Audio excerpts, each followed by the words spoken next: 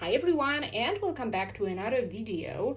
It is the last day of August today, which means the hobonichi season officially kicks off tomorrow once again. We've been well fed through the whole month of August with all of the previews, all of the cute lineup, combinations and so on, and it's time to make up my mind. So I thought I will share these thoughts and opinions with you, showing you my favorites from the lineup, showing you what I will be purchasing for myself and how I made the decision. Because as we all know, making the decision regarding hobonichi is not easy. There's just so many cute things. And since I've been aware of hobonichi ever since I would say 2022, I've never actually pulled the trigger and bought anything. And I thought to myself, I won't know if it's for me unless I try it out. And here we are. I'm gonna show you all of these little spreadsheets I've done on my iPad. So we will be going through them, talking about them, and then sharing some fun thoughts and feelings about it. So without further ado, let's get started. First of all, I wanted to show you the honorable mentions, which are the things I won't be personally getting, but I thought were really cute. Of course, there are mostly covers, but who's surprised? First of all, what I really liked was this entire Yuichi Inoue lineup of his calligraphy covers. Personally, I feel the A6 one is really pretty because I feel like the spacing of the calligraphy is a bit better than in the A5. I think it's beautiful. The yellow is such a nice point as well. So the only thing I wish this cover had was not just a ribbon as a bookmark, but also something added to it, maybe another pop of yellow or something. I thought that would make this cover absolutely perfect. Not sure where the purple comes from, by the way. But yellow was delicious. Yellow is one of my favorite colors. It will be a theme, as you will see. But this was definitely a cover I've been thinking about getting for myself. Another one, of course, was Yumi Kitakishi.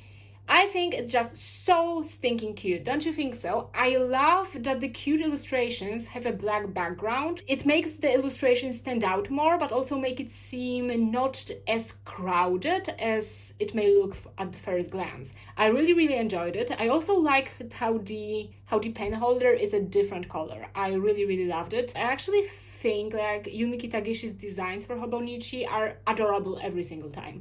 They do follow a bit of a similar path aesthetically, so I think even if you're a fan of the work, you get one and you don't repurchase new designs each year because they do look a bit similar, like the same characters and so on. But I think this is absolutely stunning. Then another item, basically not only this one item, but the entire Kyohei Sakaguchi collaboration is just so stunning. So stunning. I think in case of this cover, the back is so cool. It's even prettier than the front, you know? It's so cool. The sky is so intricate and the clouds, you almost want to eat them. You look at the clouds and go, that would be good, forbidden candy. But it's absolutely stunning. And I'm saying that as a person who doesn't like blue much. I think blue is one of my least favorite colors, and I wouldn't mind having this cover actually. I think it's absolutely stunning. Just as the other designs, I'm gonna talk about them later on.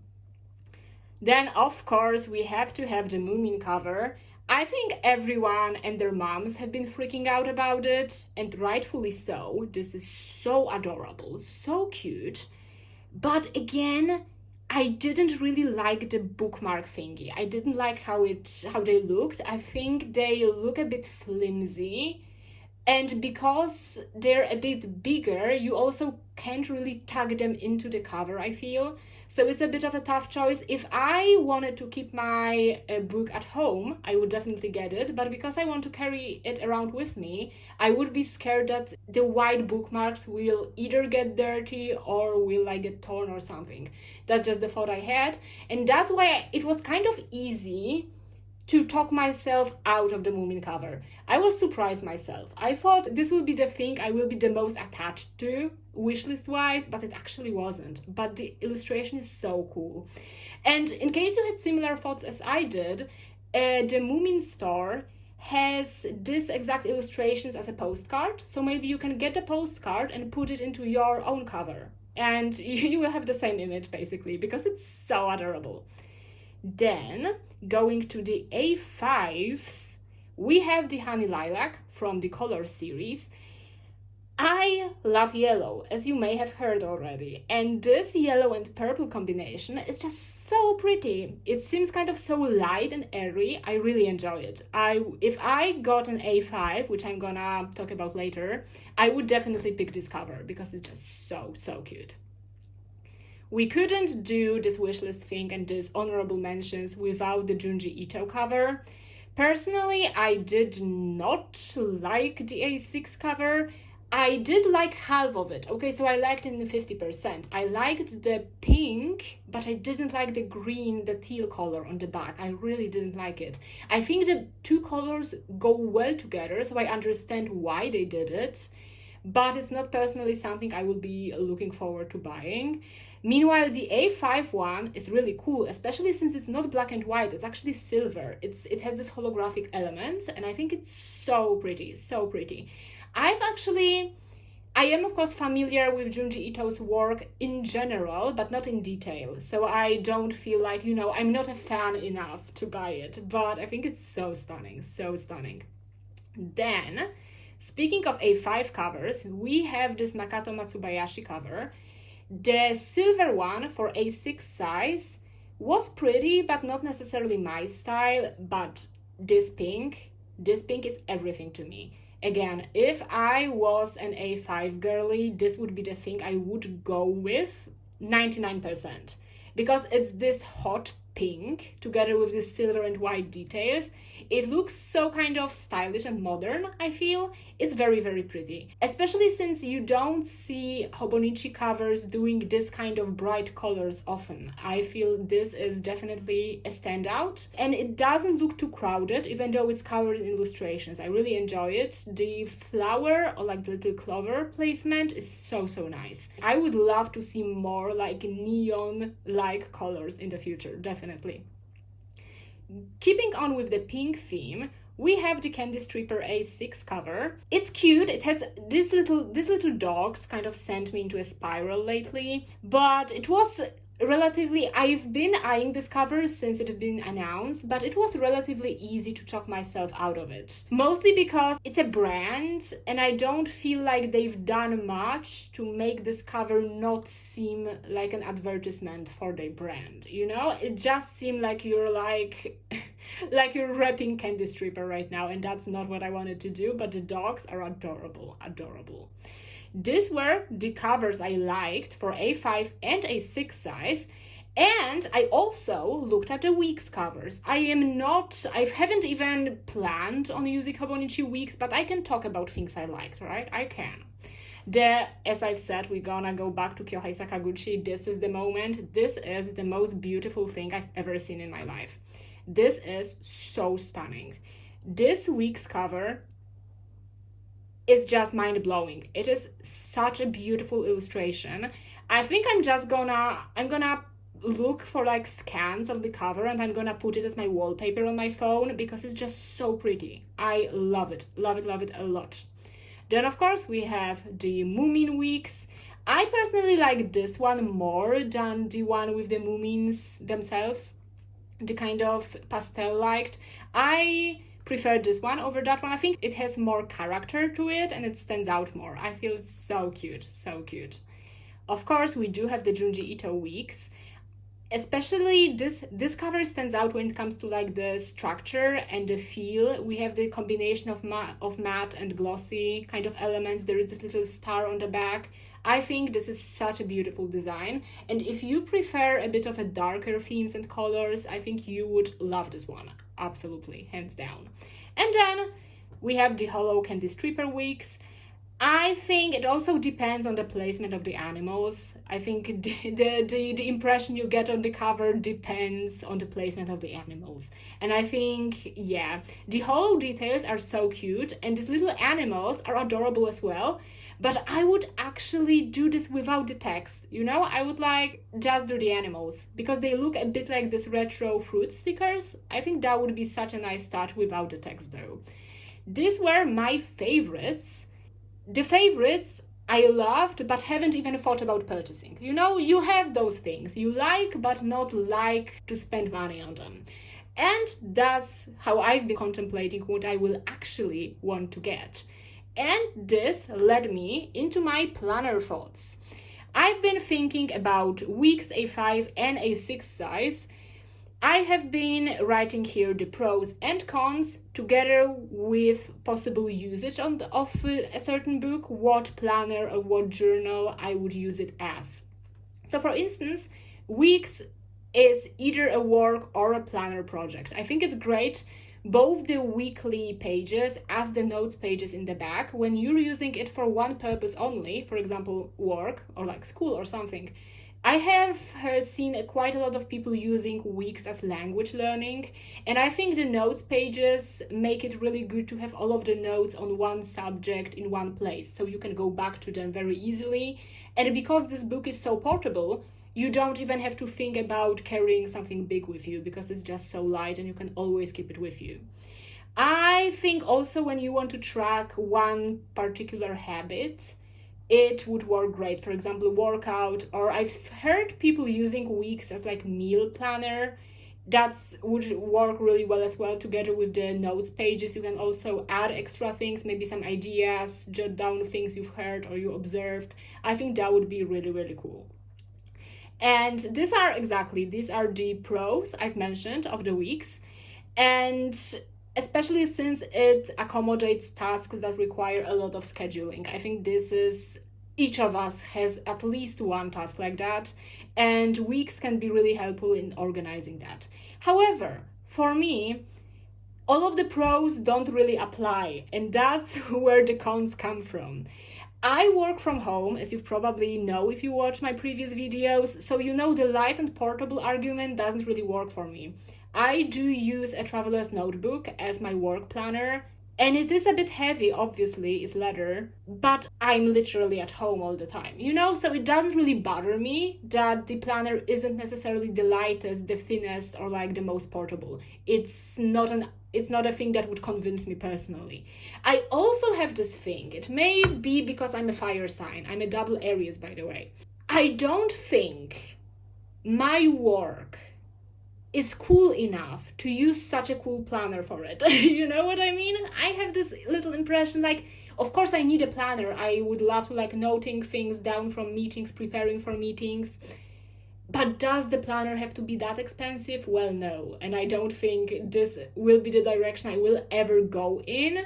Speaking about work, of course it can motivate you if you use a pretty planner and you want to stay on top of your goals, but it's not a thing I would actually do in my case. Because it's a horizontal layout, I feel when you have a lot of appointments and you have a lot of things you have reoccurring and you have set events or appointments on one day, the page can look a bit crowded at times. And that's also the thing I've been noticing in my horizontal traveler's notebook planner, that sometimes it's difficult to find your way around the things you've noted down. And I feel in weeks it would be a bit similar. Then I have been thinking about A6, either a techo or a hon. I'm speaking about size right now, not that much a cover and so on. And I feel like A6 is a size for me personally. I think it combines enough space for writing, but also not overwhelming you with the space you have to fill or you want to fill. And I think that's really, really good because some days you have more time, which means you can get more creative on the page and then not write that much. But on the other days, maybe you don't have that much time and you just write things down. and you don't have to write a lot because the pages are relatively small. And I think A6 is definitely very, very good for that. A6 is such a good size for me. It works very, very well. The only cons I could think about were like that it's exactly tough to combine a crafty spread with text. But as I've said, I rarely do both. I either do a crafty spread or I write.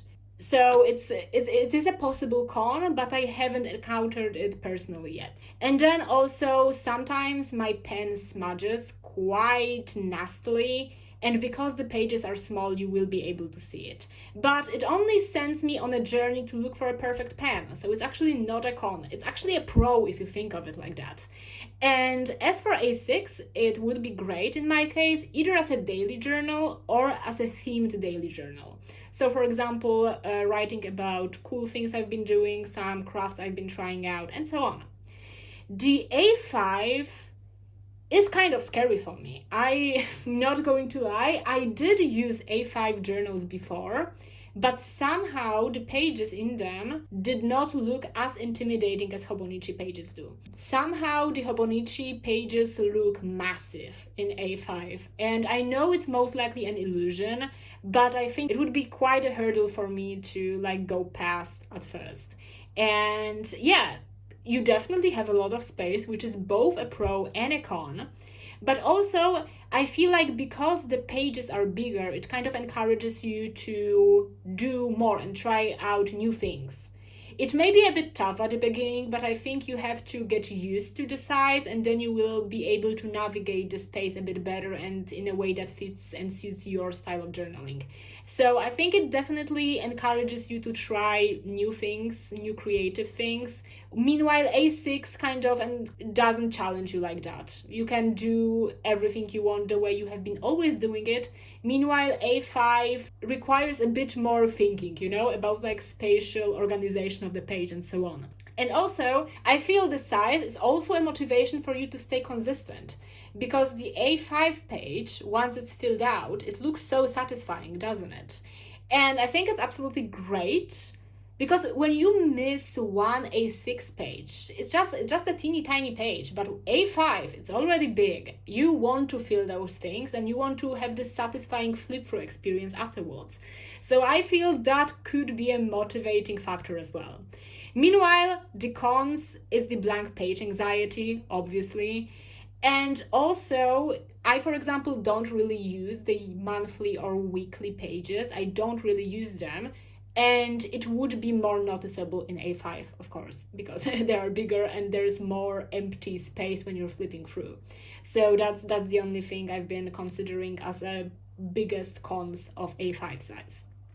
And what I thought an A5 size could be potentially good for is daily language practice. There are some languages I would like to get better at and get more practice at, even though I do understand a lot in them. So I think A5 would be a great notebook, for example, to track this daily contact with a language you'd like to practice or learn, to write down new words, maybe examples, recall what you did, for example, what newspaper article you read, and so on.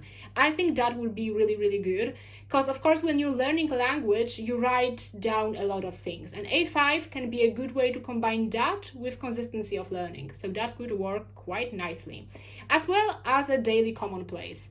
I have this thing I'd like to try next year, or maybe right now, I don't have to wait until January 1st, but that I want to learn, like watch one video about a topic I'm interested in a day and then make some notes about it. So in this case, this daily commonplacing would look really nice in A5. If you plan to paste in some illustrations, maybe some graphs and so on, that could work quite nicely. So these were the thoughts I've been having about sizes. As you could tell by the way I've been describing it, I've decided for A6 for now. And like that, we are proceeding to my actual wish list before I've narrowed it down. I will be getting a Stapo because I've been kind of lacking a portable organizer. I do have a Delphonics pouch, but it doesn't really have a handle. If you put a lot of things in a Delphonics pouch, it's a bit tricky to carry around unless it's in a bag. So I feel the Stapo would be really great to both stand on my desk, store my notebooks, and maybe carry around the house as a little hobby basket. I think that would be fantastic. At first, I've been contemplating between the Little My one and this beige one, and I actually think I'm gonna get the beige one. I really like the brown lining, and I really enjoy the fact that I can put my own pins on it. I have a lot of enamel pins, by the way, so I can decorate it on my own, and it's gonna look great. The second thing is the Yumi Kitagishi drawer pouch. Isn't it the cutest thing you've ever seen? I love every single tiny square on it. These illustrations are so adorable. I also love this pink lining and the pink ribbon. I think it looks so classy and kind of mature but still cute. You know, I think it's adorable. It's also pink on the inside, which is great, and I would definitely use it to store like smaller essentials I carry around, because I always have a notebook with me. I always have a pen with me, I always have sticky notes, and so on and so on. And sometimes they just fly around my bag, and that's not the best thing for them. So they would be here and they would be safe. Isn't that adorable? And then I have been thinking about the cover I'd like to get for the A6, because I've made my mind about the A6 size. And the three candidates have been the Paddington cover, the Airy Flamingo, and the Butterscotch. And I will most likely get a Paddington cover sooner or later because of that. Look how cute he is. The front is cute, obviously, but the back is so cute. Okay, yeah, I will definitely get this one sooner or later, but not now. For now, I am looking for a bit of a more of a basic cover so I can decorate it a bit more. So I've been contemplating between these two new color combinations. I really liked the Butterscotch at the beginning, but then I saw videos of people looking at the planners in store, and I didn't really like this orange. It almost looked like reddish brown, and I did not enjoy it in the slightest. But what looked fire during the lineup previews and the live stream on YouTube is the Airy Flamingo. I fell in love with this cover. If you've watched my other videos, you may be a bit surprised by the color choice because of the aesthetic I usually go for, but I love this cover. And this will be the one I will be most likely getting, but I had another dilemma afterwards. I'm gonna show you as well. But when you look at those three, you kind of can see a theme. You can tell in my kind of preferences, I do enjoy these warmer and brighter colors because I really like to contrast them with like darker accessories, maybe stickers, some zine pages and so on. That's the thing I really like, this kind of contrast. And the contrast looks great when you pick a color like that. I really, really dig it. I've been also tempted by the A6 Hon in the forest one, because this bear was just so cute. This bear was adorable. But I feel I will be having a separate daily journal as I did today, just to recall the things I've been doing. I will just stick to that one. Meanwhile, I may get a Hon in the future, but definitely not now. Since it's my kind of first experiment with the hobonichi world, I wanted to make it as flexible as possible, and I feel that the techo plus the cover is a bit of a better choice. This was my wish list, and then I also will get some extras, of course. You always have to get some extras. I love this Yumi Kitagishi pencil board. Look at them, they're at home, they're so cute. This little dog is so adorable. I love it. I love it, love it, love it. And yeah, of course, we will be getting some stickers. I need the Tamagotchi flake stickers, especially because one box has like this holographic elements, and I really love the stickers. I used to have a Tamagotchi once when I was, I think, in first grade, and I was obsessed with it. It was the melon soda one, the one that's actually kind of pricey on eBay, but I don't think I have it right now. I want to buy myself a new one, by the way. I think you're never too old for a Tamagotchi. And also, I really like these dot stickers, especially since you get a lot of them in one packaging. So you don't kind of feel bad about using them. I really enjoy it. The sticky tabs are so pretty as well.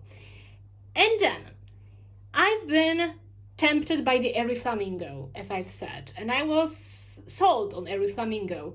But then I've been scrolling through the Hobonichi page and I saw the navy cover from last year. And I was like, and if I get a navy one, I was almost certain of the Airy Flamingo, but then I saw the navy one. So the step that helped me to make my mind at the very end was to put it in Canva and try an examples of how I would decorate them. Because as I've said with the colors cover, the solid color ones, it's all about customizing for me. And I wanted to see them how they would look if I added some personal touches to them. And this is how the navy looks like with some stickers I've been eyeing on Etsy recently. And this is how the airy flamingo looks like. And it didn't help because they both look great, you know? And exactly. So I've been thinking, I've been sent down this kind of self-analytical spiral. And I ask myself, which style, what kind of style I usually like? And I describe it as fun color scheme, pops of color, including different ephemera. Sounds good. And then I've started describing which impression the navy did on me and what impression the airy flamingo did on me. Navy is more cohesive, it fits the general like darker vibe I've been going for. It looks a bit serious because it's a dark color and it almost looks black sometimes.